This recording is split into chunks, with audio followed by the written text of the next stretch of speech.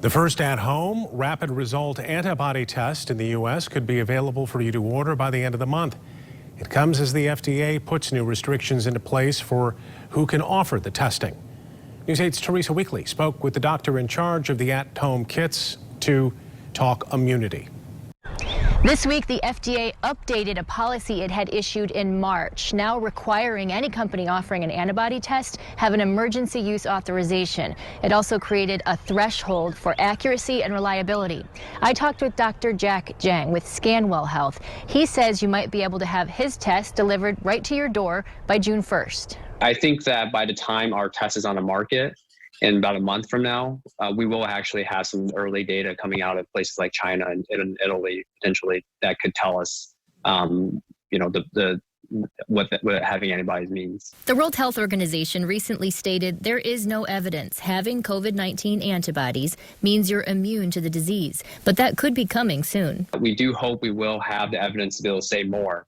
Like, if you have antibodies, you are now able to potentially have protection for 6 months, a year, 2 years. Researchers have found certain antibody tests aren't reliable and may even turn up positive for other coronavirus antibodies, like those that cause the common cold. The new restrictions from the FDA eliminate that uncertainty. Part of the validation requires testing for cross-reactivity.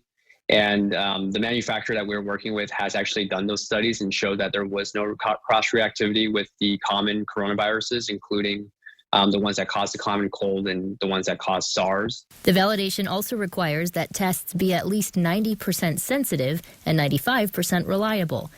Dr. Zhang's at-home test comes with instructions to do a finger prick, upload the blood sample, and then wait 15 minutes for results.